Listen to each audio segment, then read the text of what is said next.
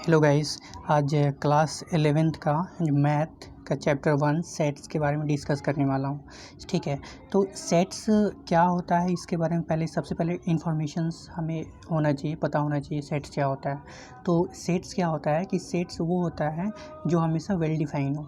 ठीक है, हम किसी चीज़ से कलेक्शन कर रहे हैं ना, वो हमेशा वेल डिफाइन होना चाहिए, वही आपका सेट्स है। जैसे कि मैंने यहाँ लिखा है कि a set is a well-defined collection of objects. Sets are named and represented using a capital letter. ठीक है, मतलब सेट्स हमेशा क्या होना चाहिए, वेल डिफाइन होना चाहिए। अब ये सेट के ऊपर डिपेंड करता है कि वो किसको वेल डिफाइन मानता है, किसको वेल डिफाइन नहीं मानता है। ठीक है, तो अब हम इसके एग्जांपल के साथ समझेंगे सेट्स क्या होता है, डिफिनीशन से एग्जांपल के साथ समझेंगे।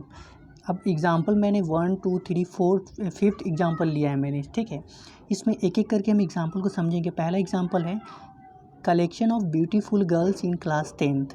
अब यहाँ दिया हुआ है कि कलेक्शन हमें करना है ब्यूटीफुल गर्ल्स जो होती है वो हमें क्लास 10th में। ठीक है, उसकी हमें क्या करना है, कलेक्शन करना है। ठीक है, तो कलेक्शन करना है तो एक क्लास में अगर 10 गर्ल्स हैं, ठीक है, अगर किसी मेंबर या किसी स्टूडेंट को खड़ा करा कर मैंने कहा कि चलो तुम बताओ तुम्हारे हिसाब से हमें सपोज दैट ये गर्ल्स है क्लास 10th में। अब मुझे क्या करना है, इसमें से 3 गर्ल्स का हमें कलेक्शन करना है, 3 गर्ल्स का कलेक्शन करना है। तो इसको क्या करेंगे, किसी एक स्टूडेंट को खड़ा करके बोलेंगे तुम्हारे हिसाब से 3 ब्यूटीफुल गर्ल्स कौन से हैं।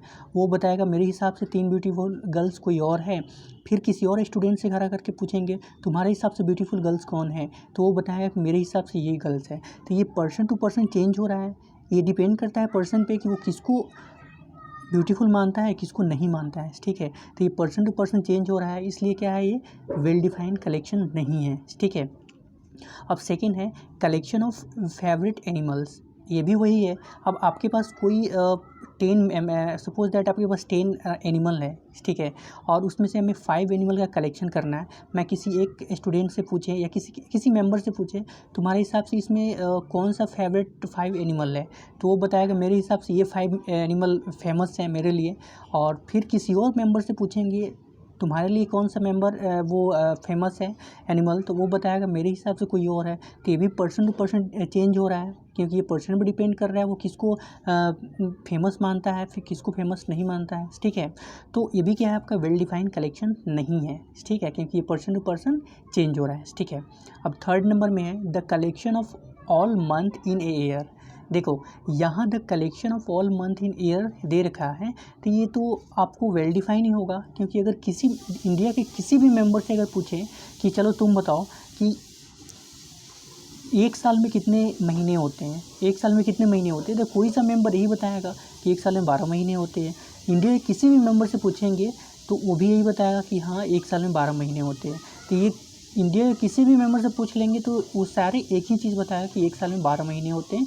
तो ये चेंज नहीं हो रहा है, क्योंकि पर्सन टू पर्सन चेंज नहीं हो रहा है, ये सबके लिए एक है। तो ये क्या है, आपका वेल डिफाइंड कलेक्शंस है।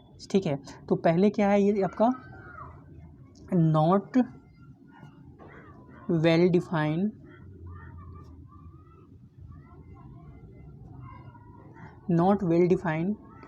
कलेक्शन। ठीक है, ये भी क्या है, आपका नॉट वेल डिफाइंड कलेक्शन है। लेकिन यहाँ क्या है, आपका यहाँ the collection of all month, जो कि मैंने अभी बता दिया है, क्या है आपका वेल डिफाइंड कलेक्शन है, वेल डिफाइंड कलेक्शन है। ठीक है, आई होप कि समझ में आया होगा। अब इसके 4th नंबर पे चलते हैं। 4th में दे रखा है set of days in a week, मतलब एक वीक में कितने क्या होते हैं, सप्ताह होते हैं। अगर मैं किसी भी मेंबर से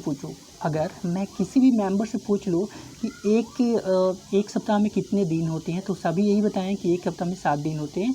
ये भी पर्सन टू पर्सन चेंज नहीं हो रहा है। इंडिया के किसी भी मेंबर से पूछेंगे कि सप्ताह में कितने डेज होते हैं, तो वो एक ही बताएगा 7 डेज। तो ये भी क्या है, आपका वेल डिफाइंड ठीक है, वेल डिफाइंड कलेक्शन है। ठीक है, अच्छा अब यहाँ 5th number and last number है set of first natural number.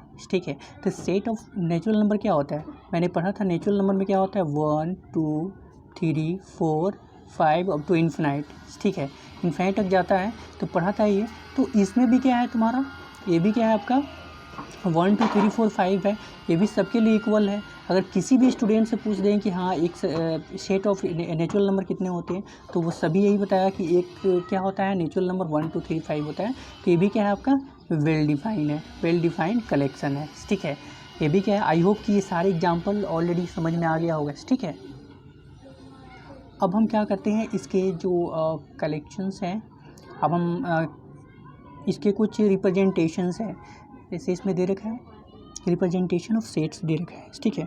Representation sets मतलब दो स्टेप्स होता है, पहला होता है रोस्टर फॉर्म्स होते हैं और दूसरा होता है सेट बिल्डर फॉर्म्स होते हैं, ठीक है। रोस्टर फॉर्म्स होती है, सेट बिल्डर फॉर्म्स होती है, ठीक है। अब हम जानते हैं रोस्टर फॉर्म्स क्या होता है। सबसे पहले रोस्टर फॉर्म्स के बारे में जानेंगे, ठीक है। तो रोस्टर फॉर्म क्या होता है कि 1 नंबर मान लिए, 2 नंबर मान लिए, तो 1 नंबर में रोस्टर फॉर्म क्या होता है। तो रोस्टर फॉर्म क्या होता है, रोस्टर फॉर्म को क्या कहते हैं, टेबुलर फॉर्म भी कहते हैं, ठीक है। रोस्टर फॉर्म को हम टेबुलर फॉर्म भी कहते हैं, ठीक है। तो